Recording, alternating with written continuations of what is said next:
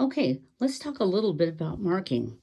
You're going to need to mark your borders if you're doing cross-hatching. And I suggest not using chalk because it's not easily erasable in the moment. It does come out in the wash if you wash your quilt, but in the moment it doesn't come out so easily. And if you have to make adjustments like I did, as you can see, this is my sewing line. This is the one I drew, which was all wrong. I realized that after I watched the Jamie Wallen video on quilting borders, cross-hatching. You go from the corner of the border, right? Okay, mine is a 2-row border. So this is my corner up here.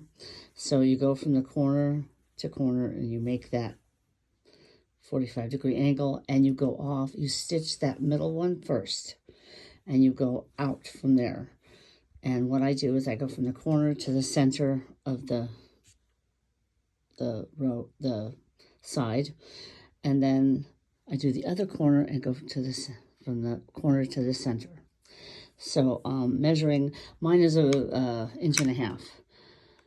So I marked my 4-in-1 mini, so I know which line. I don't know if you can see this. Yeah, there. There you can see the lines. So I can determine how far apart to draw the lines. So I use that. And then, of course, I'm using this to quilt them. And I've got this corner quilted. I don't know if you can see this. Let's see. Yeah, you can see it. Oh, isn't that beautiful? Let me see if you can see it from where. Yeah, you can see it from here. It turned out beautifully. It really did. But the markings, do this corner to corner line first and move off that. And then you won't have to erase your lines like I do. These are all chalk, so they're not coming out.